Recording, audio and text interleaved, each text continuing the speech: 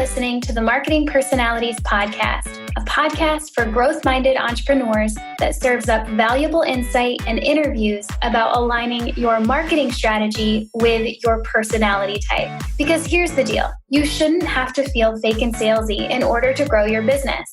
And you no longer have to. Your marketing strategy can feel good to implement and it can work. You can attract the right clients and customers to your business and grow your profits, all while staying true to who you naturally are.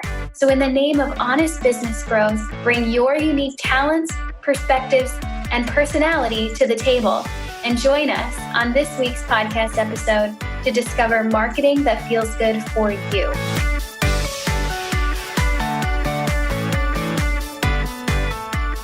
Welcome to the first official episode of the Marketing Personalities Podcast. Wow, we are here. I'm Brit Kolo, and I'm here today with Andrea Layne. She's an OBM and Integrator of the Creative Spring. Andrea, thank you so much for joining me today. I'm so excited to be here on your very first show, and we're talking about personality tests, which is my absolute favorite. I love it. It's a fun topic.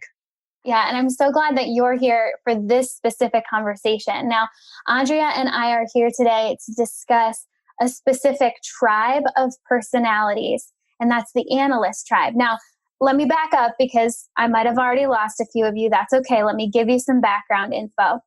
Here at Marketing Personalities, we base all of our suggestions off of the Myers-Briggs type indicator. You might have seen it as the MBTI. And the Myers-Briggs is really the gold standard of personality assessments. Sure, there are a bunch of others out there, and Marketing Personalities chooses to use the Myers-Briggs.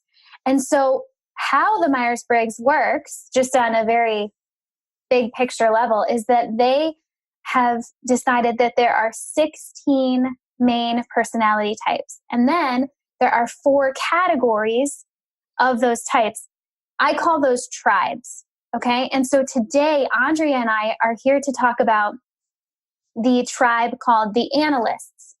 And the 4 personality types that are included in this tribe are the INTJs, INTPs, ENTJs, and ENTPs, okay? And Andrea is specifically here because she is in this tribe, and we'll get to exactly what her type is and get to dig into that and get some interesting information about being a part of that tribe.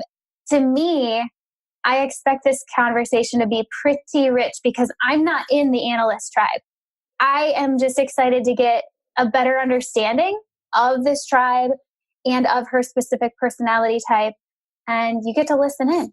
So that's what we're really here to do. But before we go into all of that, I want you to get to know Andrea better. Okay, so Andrea, the floor is yours. Who are you in this world? What do you do, sister? How do you earn your living? Sure. So I'm Andrea Layne, and my business is the Creative Spring. And I do a lot of operations consulting under the title of Online Business Manager, which is kind of confusing for a lot of people. But basically, I help creative entrepreneurs who are selling services and products online into customers in this online world that we all live in these days. And I help them to have better systems and software in order to be more effective and be able to really focus on the things that bring in the revenue for their business. Perfect. I'm glad that you made that apparent. OBM is a term that I think in my world, it's an automatic thing, but it's not something that everybody understands. And I've been really loving the term integrator. I've been hearing that more and more, to the point where people have even reached out and asked me, hey, I'm looking for an integrator. Who do you think I should work with, kind of thing, based on a personality standpoint. And that is exactly what you do, which is awesome.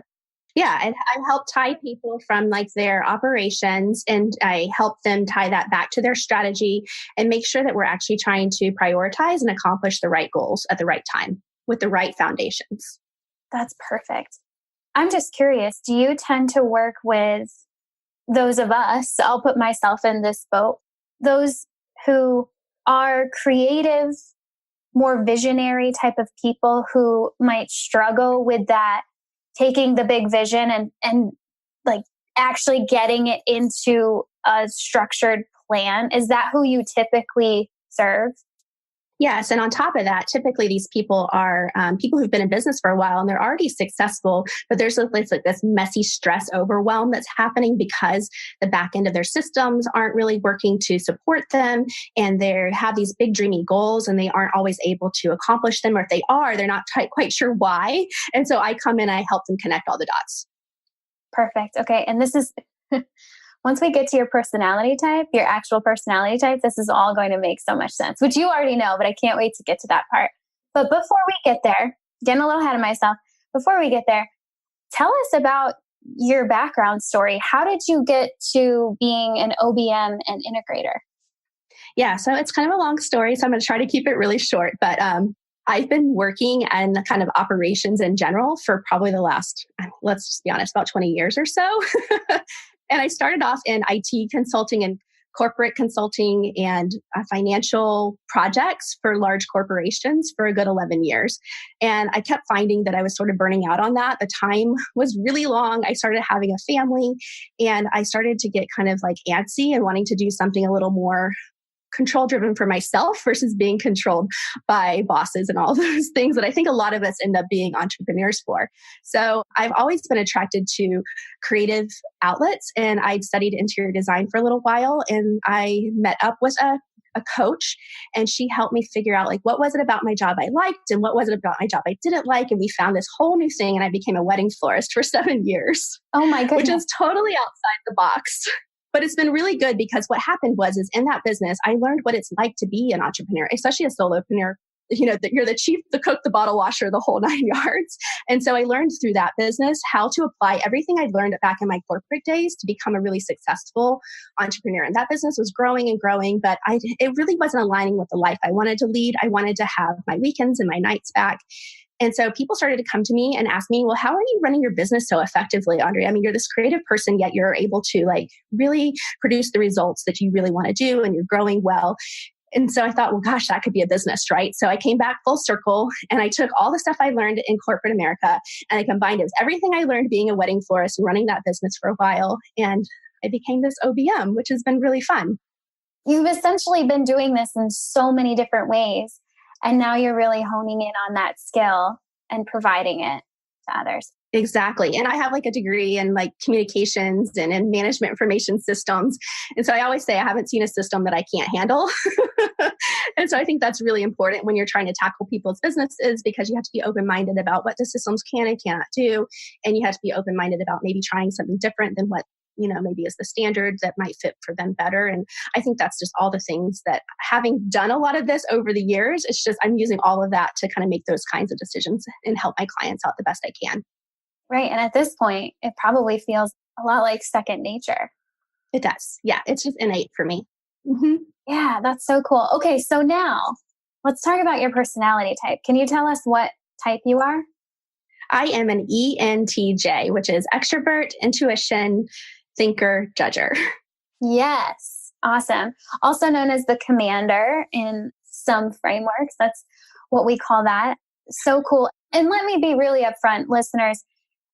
Andrea is an ENTJ, and we're going to be talking about the Analyst tribe. She's not all 4 of the types in the Analyst tribe. So it's not like she's, the poster child for everyone in this tribe. She is just one ENTJ out of all the ENTJs in the world on top of all the analysts in the world. So, this just gives us a little peek. But as an ENTJ, for you, Andrea, what does that really mean to you?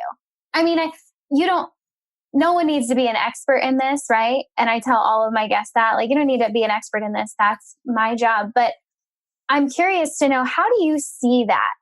How do you resonate with that type?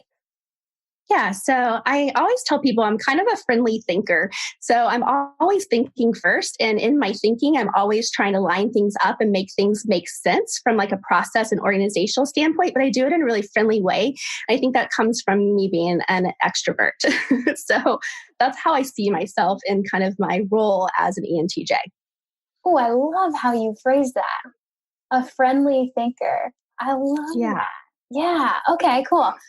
And what is interesting about this specific tribe that we're talking about, the Analyst tribe, all four of these personality types have their two middle letters in their type. They're the same. It's an N and a T, which those stand for, the N stands for intuitive and the T stands for thinker. And you have the ENTJ. And I wonder, this has been the number one thing that I've wanted to ask you, Andrea, and anyone in the Analyst tribe. I'm always curious to see how you balance those two things, the intuitive and the thinker, because they can so often be at odds with one another. So take me into that dynamic within your personality. Yeah, I think what it is I've come to realize that the intuition for me comes into play because I just see things. I don't really have to experience them personally to know that they could be a different way, that there is a different, pathway through things. I'm very good at kind of reading people and reading rooms. And that's kind of where that kind of intuition part comes in. I'm really good at kind of taking that data and just sort of innately applying it to my past experiences and then letting that play out then in my mind and how I might kind of approach something. I guess that's the way I've done it. I mean, I used to think that I was a sensor, which is the S part. And, but I think ultimately I do rely on some experiential learning, but I definitely feel like there's just part of me that just knows. There's just a part of me that I approach something and it just pops in my head more fully formulated than I think a sensor typically feels. That's a really good, that resonates with me as an intuitive as well, with the N in mine. That resonates with me. There's just this deeper knowing without always having to think my way through the details to figure it out. I see that. Right. So then at the same time, you're a thinker. And so how does that then blend into this natural intuitive knowing? Yeah. So what I think happens is most thinkers are starting kind of building from the ground up to the top. So they're kind of like that pyramid that starts with the wide base and goes up to the top. And they're using their thinking and their analytical skills to kind of get to the answer. And I'm starting with an answer and then I'm working backwards to the details. So I'm kind of that inverted pyramid.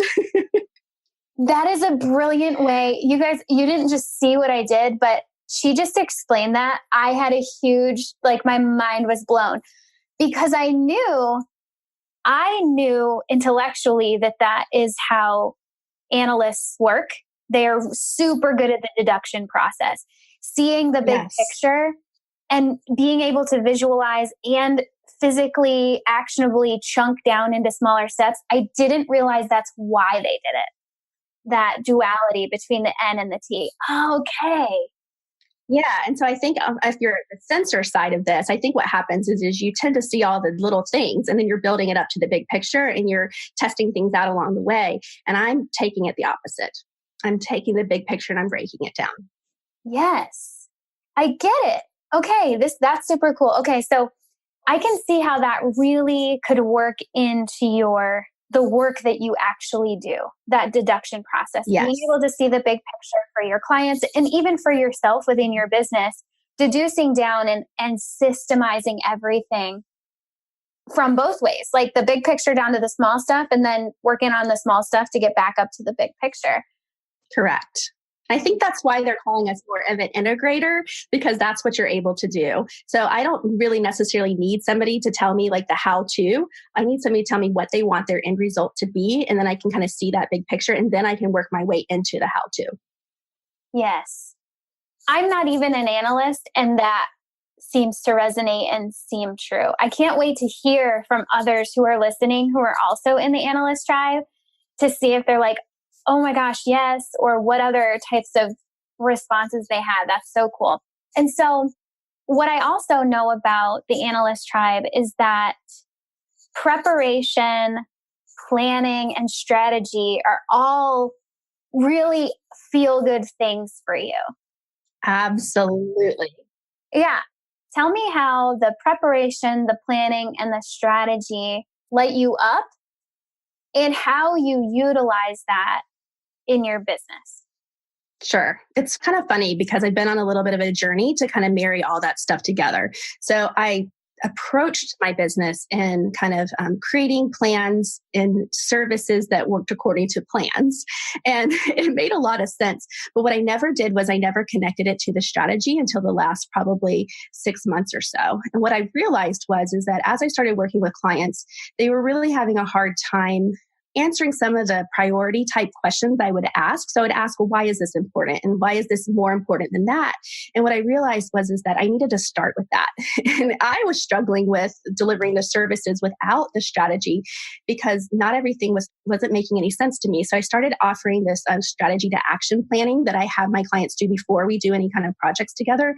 And what we're doing there is we're taking kind of those big dreamy goals and we're breaking them down into these like pillars of like business, and we're prioritizing them, and then we're getting into the action. And then with the actions, I say, okay, well, of these actions, I can help you with 5 of the 10 of them. And it just makes so much more sense because the client has a better view of what is important to them. And I've tied kind of my viewpoint as an analyst back better into my business by understanding kind of the strategy and the connection points better up front versus kind of struggling through them as I went. Yeah. And you said it right there, strategy to action. That is an analyst through and through. That's strategy first. That's where we have to start. And then the action can follow. If you're in any other tribe than the analyst tribe, that's not what you typically start with. It's not that strategy isn't important to you. It's just not the number one. But if you're an analyst, strategy is usually super hot, like number one. You got to start with the strategy. You're willing to work on something if and only if the strategy to completing the work is there and it's comprehensive and it exists. Without a clear strategy, it's like, okay, what am I doing here? I'm wasting my time. Does that feel right? Yeah, it does. Because even though I would have these plans, I had kind of systematized my services per se. Like I had them laid out into a plan of action. They weren't really resonating real well with myself, and I wasn't able to communicate the results that I was achieving for my clients when I wasn't tying them back to kind of their goals and their overall tactics and their vision. Perfect. Okay. So now that we've gotten a really great understanding of you within the analyst tribe, let's go a little deeper specifically on your personality type, which is ENTJ. Now, you've been through some of the stuff that I have at marketingpersonalities.com. So you've already learned a little bit about what your ENTJ type could mean for your marketing strategy. Yes. I'm curious, how are you utilizing your personality type specifically in your marketing strategy? We know how you're using it in what you do, and now you're also your business model, but how are you using it in your marketing? Sure. So I kind of alluded to the fact that I'm kind of this friendly thinker. And so what happened originally when I started marketing is I approached everything from a research. What are all the options? Like, tell me what they all are. Let me figure out what all the benefits are from them. But what I realized was that there were a whole bunch of the options that just didn't really fit with kind of like the extroversion piece of my Myers-Briggs. And I didn't like getting down in too deep of the detail. Let's say like blogging and email marketing don't resonate real well for me because they feel very data heavy.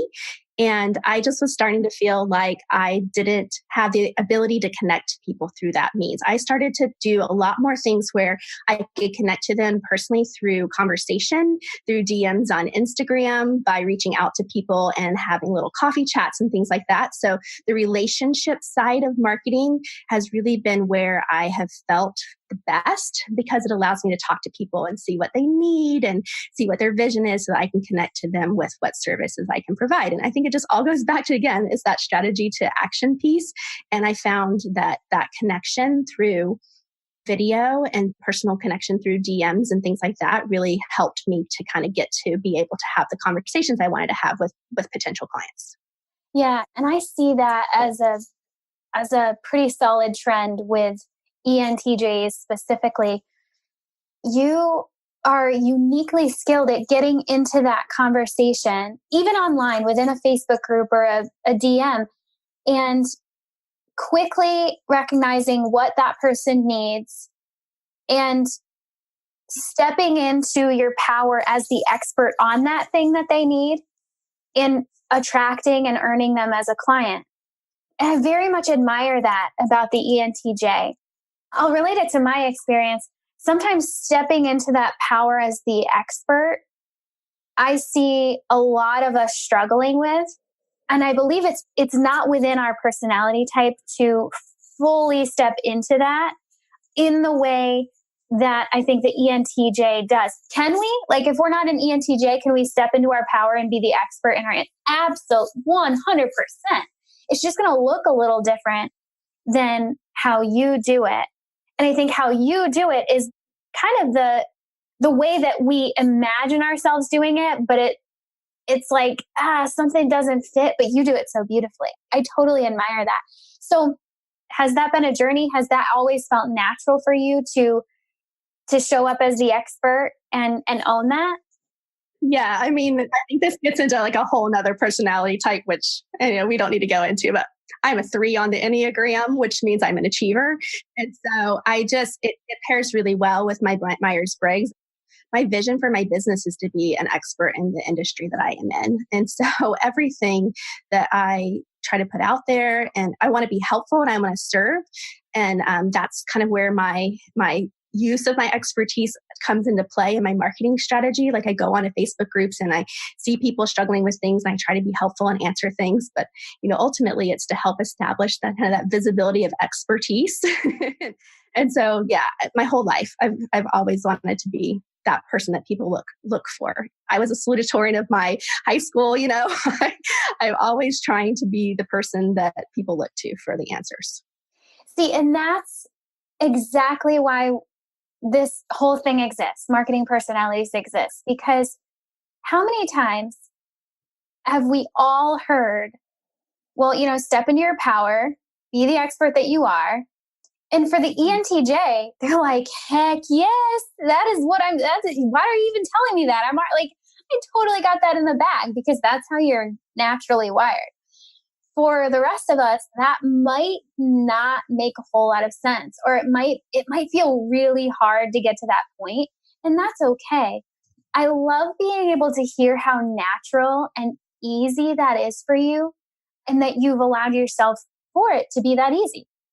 Okay, where do I feel best in being the expert? And that's the ENTJ best marketing strategy: show up as an expert. And you've done that and you've aligned with it. And it's also interesting to hear that while you knew that there were other options like blogging and emailing, that sort of thing, that never seemed to really align for you. It just didn't feel authentic to me. And I think that people do it really, really well. And I highly admire that.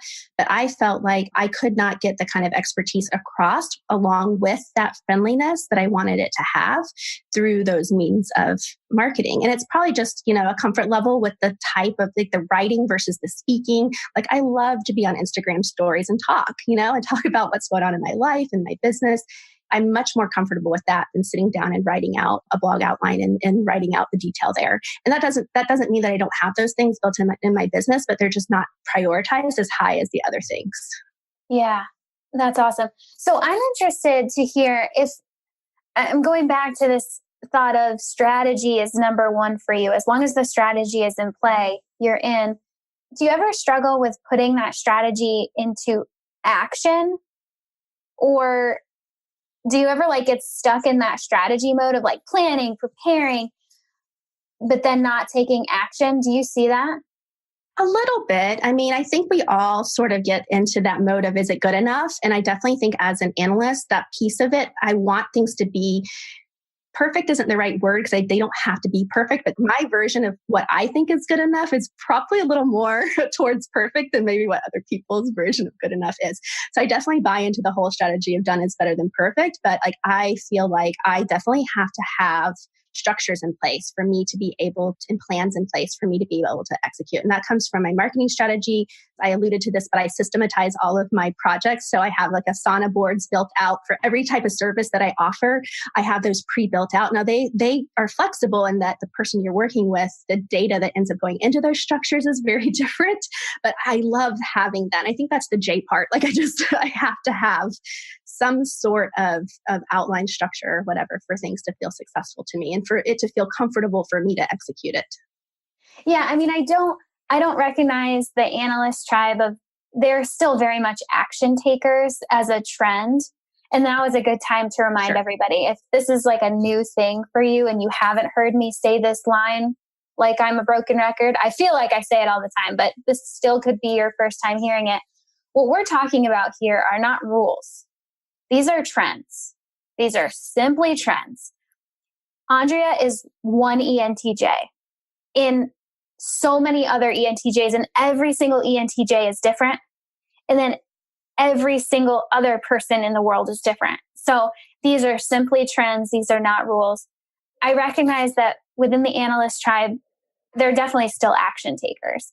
I just wondered if the strategy can sometimes be so comfortable to make the action a little less like fun sounding or fun feeling. Yeah, I mean, I think so. I mean, sometimes I prefer services where I'm in the strategy and I'm in the calls. And then when I have to actually go on my own and do some of the work, I don't love that as much. And I have been trying to like restructure a lot of my services to fit better into that mold where I do get to have the interaction a little bit more. And a lot of the work happens inside the meetings versus me having to do things on my own. I never thought about the fact that maybe that has to do with, enjoying that piece of it as much. I always thought, well, I just like people, so I prefer that. But I do think that I do enjoy talking about the vision and coming up with ideas that might be actions that could be taken. And then when it comes time to actually do the actions, if they get too repetitive, I get a little bored. Yeah. I mean, that's okay. That's an interesting spin on how that all works. That's so cool. Okay. One final thing before we wrap up here. I'm curious if you have any formative of advice to give a fellow ENTJ or even a fellow analyst, something from your notebook, your life notebook. What kind of advice would you give them as they are considering stepping into their natural type and utilizing it in their business and even perhaps their marketing strategy? Sure. I just think that a lot of times as an analyst, you get caught up in all the research and the fact finding, and it's sometimes hard to take the action. And I think what we have to do in order to really get there is you have to decide, okay, I need to see all the options, but you need to decide quicker, which one to take and start investing in and give it a little bit of time. Because I think I'm often going, okay, well, not only am I taking these actions, but they're resulting in something. And if the results aren't coming fast enough, I tend to want to look at another thing. And I think that it's really easy to kind of get in that mode of figuring out all the things and then not really taking the full action that you need to take in order to do them for your business. And I think that's the biggest hang up that I had in marketing for a while. I kept thinking, well, I have to do all these things. Everybody's telling me I have to do all these things. And then I finally decided, okay, well, I understand the benefit of doing each one, but I picked a couple that felt the best for me. And that was a little uncomfortable because as a thinker, I didn't always have the right. It was some of it was based on feeling, some of it was like my gut feeling is that these are the things I like more. And so it was a little bit difficult sometimes to justify why I had picked Instagram stories as one of my strategies. But I think getting into it and spending time and giving it a chance to work, I think is one of the pitfalls we sometimes have as an analyst. Yeah, that sounds like that unique blend between the intuitive knowing that you can't always pinpoint this is exactly why I feel this way. This is just true for me. And then the dynamic of also being a thinker. And so it sounds like as an analyst, one of the most powerful things, now you tell me if this is right or not, because I don't want to create words that you didn't say. It sounds like as an analyst, one of the most helpful things that you can do for yourself is to explore that blend for you. Explore the blend between that intuitive knowing and the thinker, and trusting the knowing when you need to know, and trusting the thinking when you really do need to sit down and think a little bit more about this. Does that feel right? Yeah. And giving it all time to work. Because I think it's really easy that analyst part of you is looking at the results and looking at what am I getting from doing this? And if you've been doing it a certain period of time, maybe you don't have enough results to really make a change or a pivot or whatever it is that you need to do. I think it's an easy pitfall to fall into. Yeah, I can see that too. Okay, so that's really great advice. So, Andrea, thank you so much for everything you brought to this conversation and for spending time with me today. So good. Before we go, I would love for you to tell the listeners where they can find you online. Well, I alluded to this, but I'm on Instagram a whole bunch. So you can find me over there at The Creative Spring. And my website is www.thecreativespring.co. And I actually have a really great opt-in that is brand new. And if you do the /workflow for that, you'll get some really good information about setting up workflows in Dubsado, which is one of the systems I love working in. Yes. And but come talk to me on Instagram. I love having conversations through captions and through DMs. Yeah, perfect. Okay.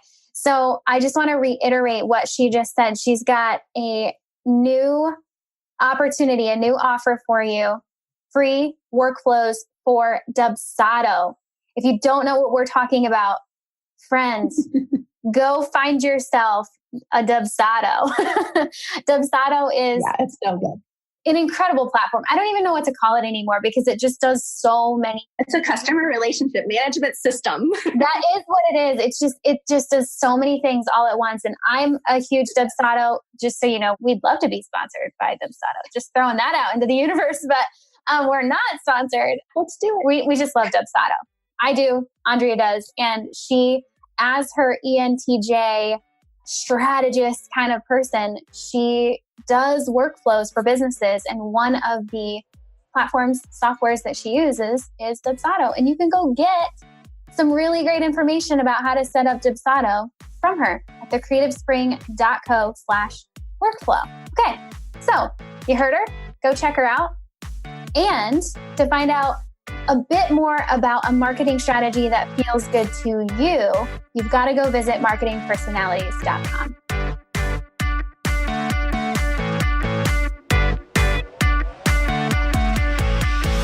Thanks for listening to this episode of the Marketing Personalities Podcast. Now it's time to connect your marketing strategy to your personality type. Go to marketingpersonalities.com/MPP to download your marketing personality type full report.